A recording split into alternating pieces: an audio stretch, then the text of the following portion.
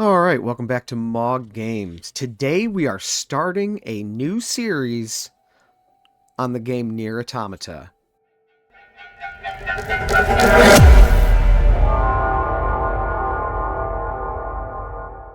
Now, the way we're going to be doing this, if you don't know, this game has multiple endings, multiple sections. You have to beat the game 3 different times to get the actual ending of the game. So, after each playthrough and ending, we are going to stop. We're going to reflect and give our first impressions and raw thoughts on where this story is going. Now, Nier Automata supposedly is a 10 out of 10 masterpiece and one of the greatest stories in video gaming history, possibly in all of media, if you are to believe what everybody on the internet is saying about it. Now, I wasn't super familiar with the Nier franchise. All right, I'm familiar with it in the sense that I knew it was a game, and I have seen the characters. Okay, I've seen especially 2B. You see her in other media. You see people cosplay as her. So I have been exposed to Nier in that sense. But I knew nothing of the franchise, nothing of the game. It just wasn't something that normally, especially when it came out, would have piqued my interest and would have caused me to seek it out, okay? Now, I fell in love with storytelling in video games when I played Final Fantasy VII for the first time on my PlayStation 1. Ever since that day, I have sought out video games that had amazing, epic, gripping, and exciting stories. I like when a game, its story grabs you by the collar and says, "You're coming with me. We are dragging you along." And the games that are the story's so good that you find yourself mashing through the action just trying to get to the next cutscene. Most games, you're trying to skip through the cutscenes to get back to the action because the stories are just that bland. Every now and again, we get amazing, epic, high quality stories that just stick with you. Final Fantasy VII storyline has stuck with me all my life. I played it when I was 15. I'm a 42-year-old man. Something like that. I don't know. Does that work? I think that math works. And that's what I seek out, especially the older I get, when I'm trying to choose which game to play. I want something that is going to tell me an amazing, epic story. Or I want something super, super immersive, okay?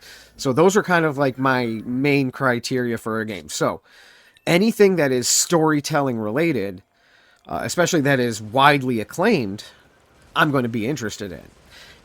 And everything I see about this game says it's a masterpiece, and it is one of the best stories in video gaming, and maybe even in all of media history.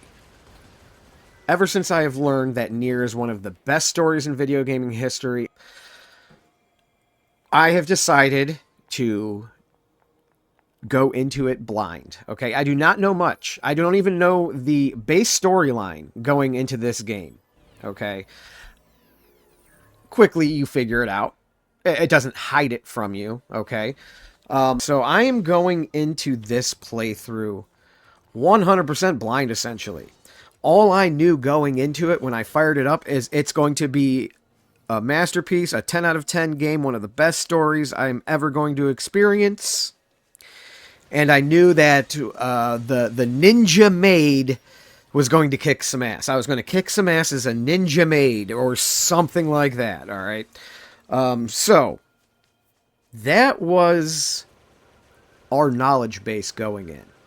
I have now played through what's basically the first third of the game.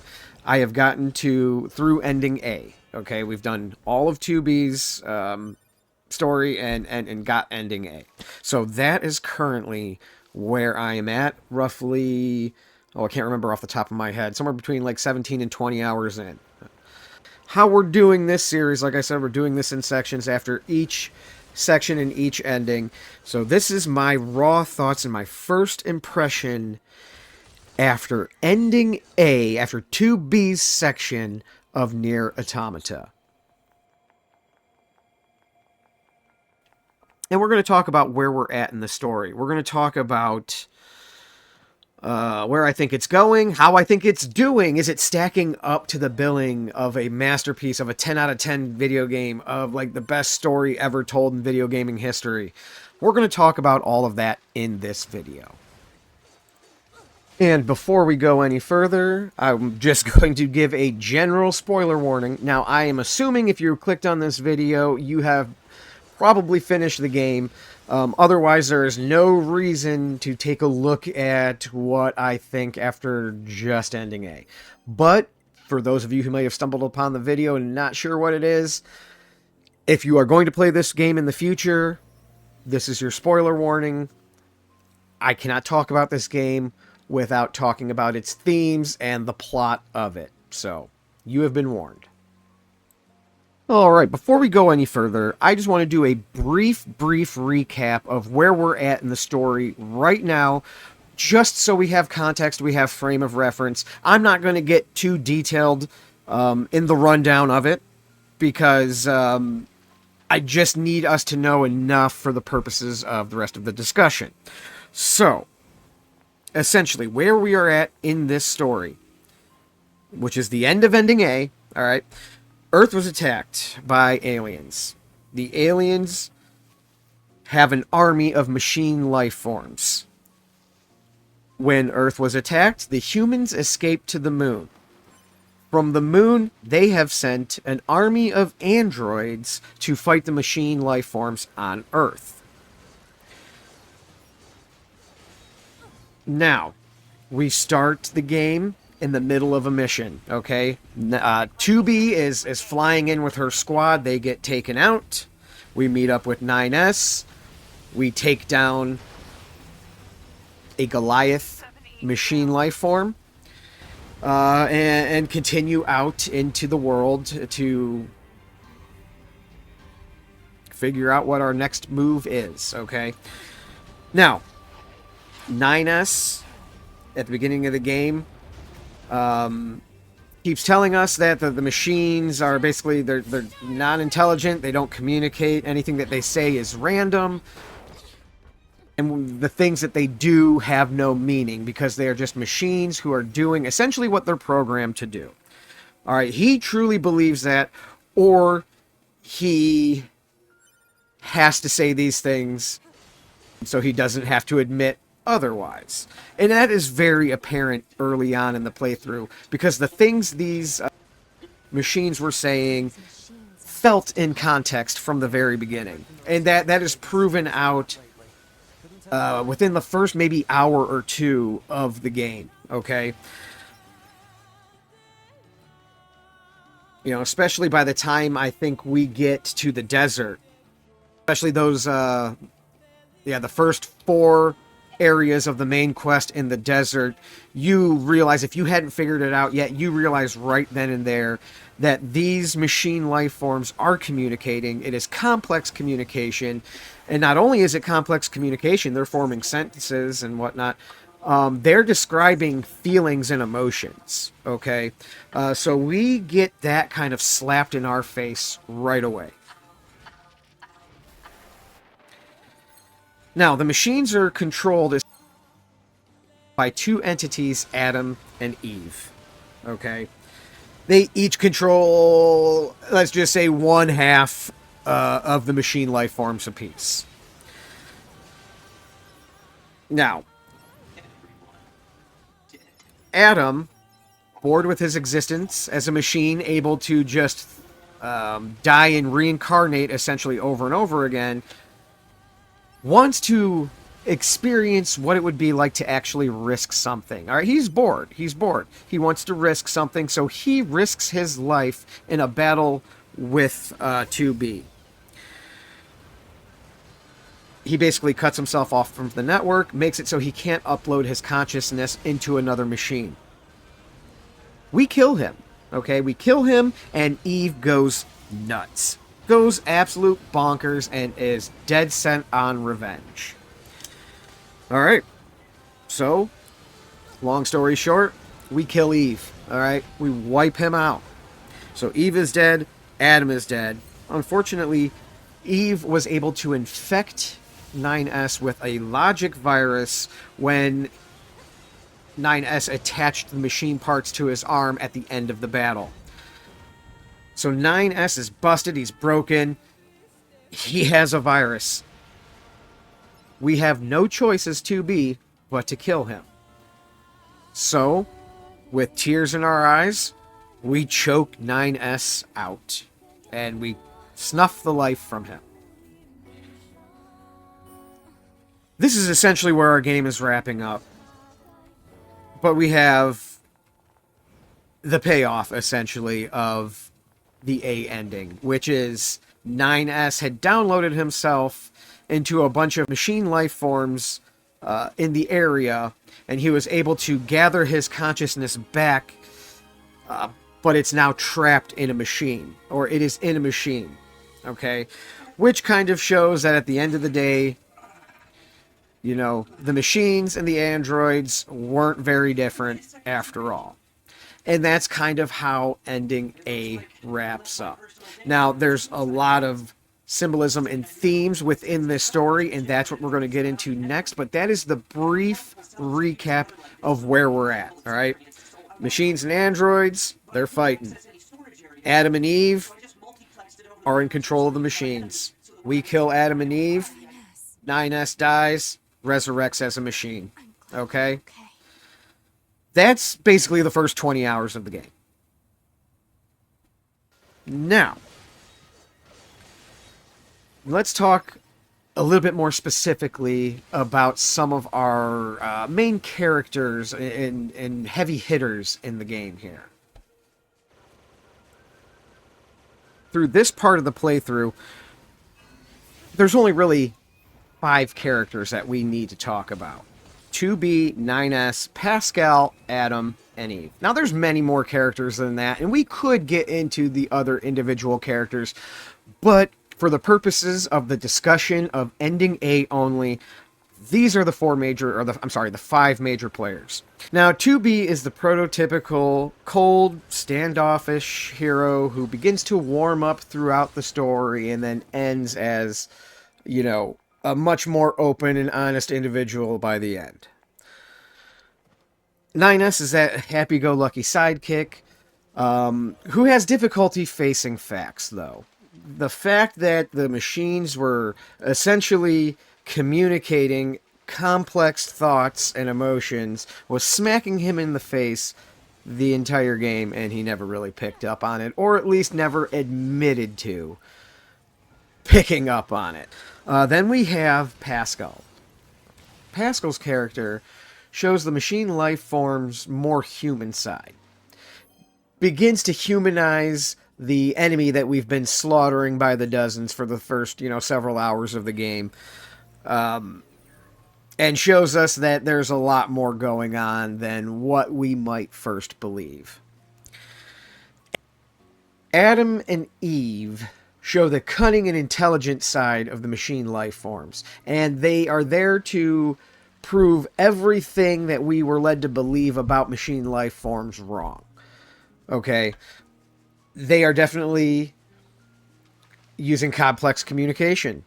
They are making moves independent of program, at least seemingly. Okay, so they kind of show that these lines that we had set up between machine and android, they might be a little bit more blurry than what we were first told.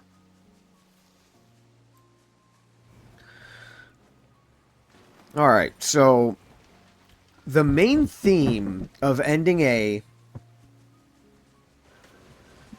and the point that I feel the developers were really trying to drive home, is that sometimes, most of the time, often, our enemies and us are more alike than what it first seems, and that we would like to readily admit.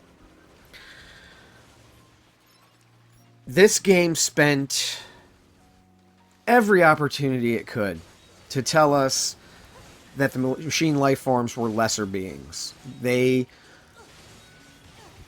were simple, backwards, thoughtless, feelingless, emotionless, couldn't talk, couldn't communicate, couldn't do anything outside of the function that they were specifically programmed to do. By the end of the game, we find out that the androids and the machine life forms have a lot more in common than what we were led to believe initially. Now, this is a theme in real life, okay? And we see this throughout history. This is a common tactic in like military engagements. You other the enemy. You teach your soldiers that they are lesser, they are backwards, they are savage, they aren't even basically human. It's like you're shooting a dog, a rabid one at that. So it's justified and it's okay. So when the soldiers are out on the battlefield and they have a man in their crosshairs, they won't see that man as a man. They will see it as something lesser, something that doesn't deserve consideration, and they'll pull that trigger without hesitating, okay? It's necessary to a certain extent because you can't have a bunch of people half-stepping and hesitating on the battlefield. That costs your side lives. So this was a common theme, and this is what the androids have essentially done. They have othered the machine life forms from the top down. So the management and maybe it's the humans on the moon have used the same tactics that they always have to teach the androids that the machine life forms are lesser beings. They don't think, they don't feel. It's okay to kill them because all you're doing is destroying something. You're not actually killing a person, a soul, a sentient being whatsoever. We come to find out, though, and the player figures it out well before the characters of our game figure it out. Yeah, that isn't necessarily the case. These are thinking, feeling, emotional beings. Maybe they didn't start that way, but that's what they are. And, you know, maybe they're not all the way there. Maybe they're not perfect. Maybe they misunderstand human concepts that are kind of more abstract and trickier to grasp without having lived experiences. But there is something more than just programming going on there. And that point is just driven home when 9S's consciousness was able to be downloaded into a machine. Okay, because if the machine can handle and accept a consciousness, and it has the circuitry and the ability to do that, it has to be doing that for the machines as well. You know, or that infrastructure wouldn't be there. Okay, we've done a recap of the events leading up until ending A. We talked about the main characters or the important characters of this first 20 hours. We've talked about the main theme of this section of the story. Now, considering this is 1/3 of the story, it is not fair for me to judge this in any way, shape, or form. I realize that. I know. All right, so I am going to talk about this in definitive terms, but just know that I know there's a lot more story to go and that this is just the beginning. But with that said, we have a full story already. We got a beginning, a middle, and an ending. We got a very satisfying ending. We had a complete story tied up with a pretty pink bow on it after this first 20 hours. So we can talk about this as if it's the entire story, even though I know it's not. Okay, so you don't have to put that in the comments. I know there's a lot more to go, but this is where we're at right now. And this is how I'm feeling about this right now. First off, I want to start by saying this is a good story. Okay, this is a solid story. This is a good game. This is a fun game. I am enjoying what I am playing so far, okay? It has not felt overly grindy. There's been some spots I did not care for, or felt like a bit of a grind to get through, but those were kind of few and far between. I mean, every game's going to have those spots. This one had them. But overall, if this was a full game, this was the 20-hour full experience of the game, this is a good game. This is a solid game, okay? It's not a memorable game. And it hasn't been a memorable story up until this point. Don't kill me. Like I said, I know we are a far way. We have a third of the picture right now. But right now, if this was it, this was good. It was solid. It was a good experience. I would have felt like I got my money's worth. But this wouldn't be a game I would come back to or remember 5, 10, 15 years from now. This story has been told. This story has been told thousands of times throughout media, throughout movies, games. This story is common. Okay, they tell it well. There's nothing wrong with the way they are telling this story. It's just all common tropes, even the characters, okay? 2B. We've seen 2B a million different times and a million different characters in a million different books, games, stories, movies, what have you. There is nothing unique about this first 20 hours. As far as the story is concerned, and technically as far as the gameplay is concerned, honestly. The gameplay is fun. I enjoy it. We've got enemies approaching.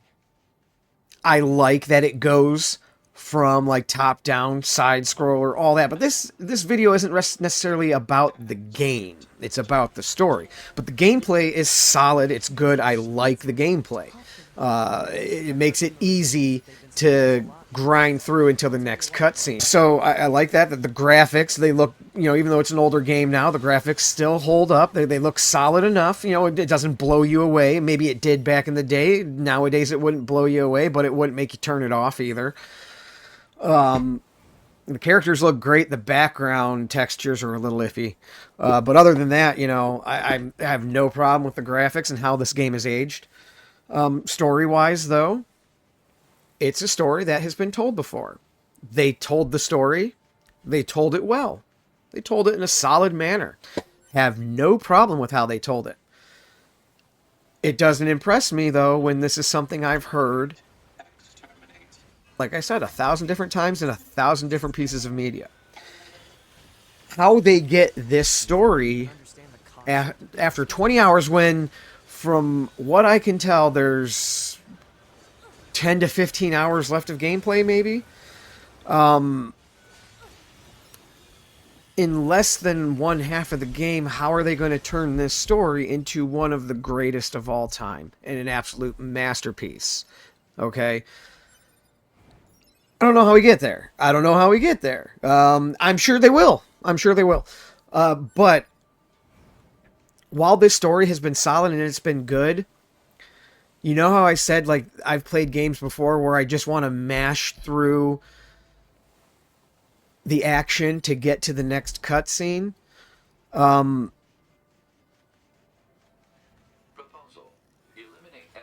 This hasn't really, like, grabbed a hold of me and, like, really, like, drugged me through the ride.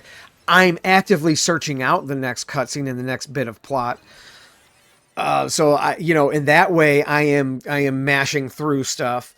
But currently, right now, it doesn't feel like I'm on for the ride, okay? Like, I'm on the ride, right? But it's not like, my palms aren't sweaty. I'm not, like, crazy excited and looking forward to the next piece.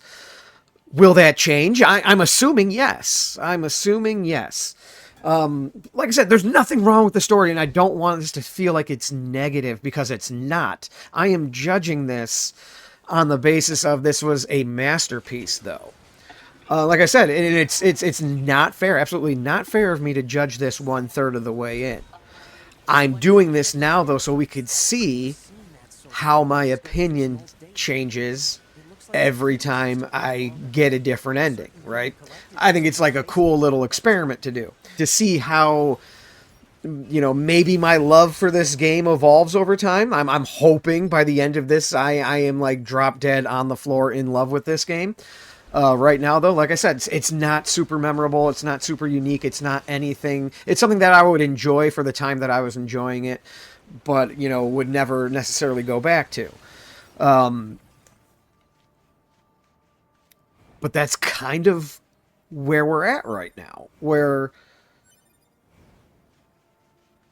you know, I feel like we have a far way to go to become a masterpiece from this point. And how do you develop that, feed it to the player in the form of story, and then wrap it all up when you spent so much time on such a mundane story?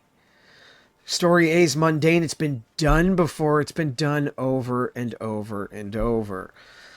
Like I said, they did it well. They did it well, and I liked it. And, you know, I had, you know, a smile on my face when 9S was in that machine, and 2B, you know, it kind of, the realization hit her. It was a good moment. It was a damn good moment. Um, but yeah, it wasn't like, so far this isn't anything crazy, guys. This is not anything crazy. Will it get that way? I am sure. I am hoping. Um, because that's what I signed up for, and I really want to get that. So hopefully we'll get there. We'll have to see, though, as I progress further and get more of these endings. You know, and the odd thing about this story, and how this game is set up, and this is kind of just a side note, okay? Now, obviously, going into this, I knew that the first ending, the first time the game ends, that's not the ending. There is more to the story. I obviously know that I have to do 2B, I have to do 9S, and then there's a third part after that you have to do before you get the real ending of the game. But if I didn't know this, if I just was hyped for Nier Automata, let's just say I liked the artwork, or I'm really into French maids with swords, and I saw this game and I'm knowing nothing else, I bought it. And I brought it home day one it was released, and I played the shit out of it for 20 straight hours, and I beat it. Okay, and I got the ending. Like I said, this ending, this story for ending A, is a beginning, a middle, and end, and it's wrapped up in a nice, pretty pink bow. To me, at that point, it was concluded. It was it. I could have turned that game off not knowing that there's more gameplay, and walked away from it and not knowing that I only got the first third of the story. It's just such an odd choice and an odd way to structure a game. Especially in such a competitive market nowadays. And maybe that's the unique thing that makes this stand out, and maybe that's why it's revered the way it is. But a good story is a good story, and it doesn't need gimmicks. So it's just a very odd choice by the developers, especially the way, if they would have ended this on a cliffhanger, okay, that makes sense. Like, you'd be like searching, like, oh man, like, what's next? And you know, that would have led you to kind of figure out that there's more parts. But like, to get that kind of satisfying, simple yet satisfying ending that we got in ending A, all loose ends connected essentially. Okay. It would have been so easy to put that game back on the shelf and moved on to the next one, not even knowing that you're only 33% of the way through. Just insane. Just absolutely insane.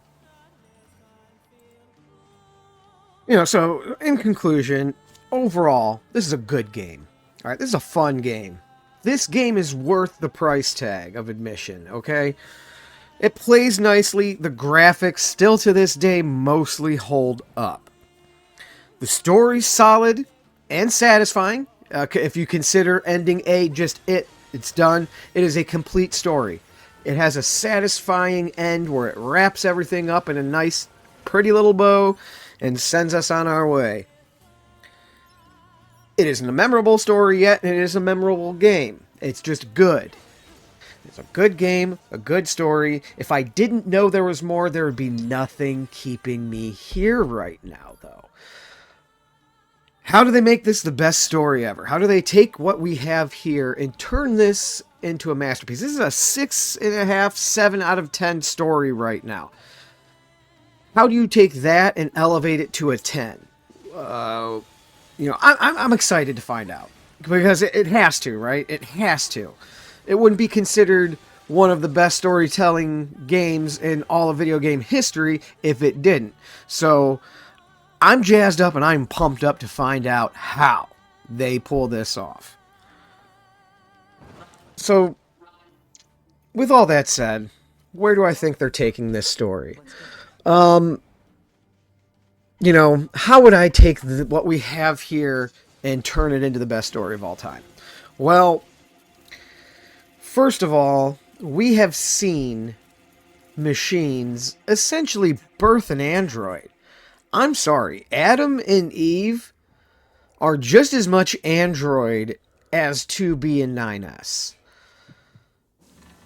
And that came from the impromptu womb of a mass of machine life forms. So my guess is somehow the machines have created the androids. All right, the androids come from the machines, and we are going to find out at the end of all this that they have just been killing what is essentially themselves. They have been killing versions of themselves. All right, the androids are essentially committing patricide. Okay, they are killing their mother and fathers. They are slaughtering their creators essentially. The same way we already know that the machine life forms have killed off their creators. They have killed off the alien race, according to Adam and Eve. So, and we've seen, the dead aliens, what have you. So that's kind of how I think they're going to twist this mundane, run-of-the-mill, everyday story of two opposing groups finding out that they have a lot in common into that next level that's going to twist it and make it really a very profound experience worthy of being considered a masterpiece. But with that, we're just going to have to wait and see. I mean, that's my best guess at this point. Maybe I'm right, maybe I'm wrong. We're going to play Ending B, I think is what comes next. And see kind of where we're at after that. So maybe in a couple of weeks, we're going to get, once I take care of it, once I beat it, we're going to take Ending B and do the same thing, okay? And we're going to incorporate everything we know about the story at the time of Ending B and reevaluate where we're at as far as, are we getting nearer to a masterpiece, or is this a run-of-the-mill good, solid story? Which right now, like I said, good, solid story. Will it be a masterpiece? We'll find out soon. But that'll do it. Mawg Games is out. Peace.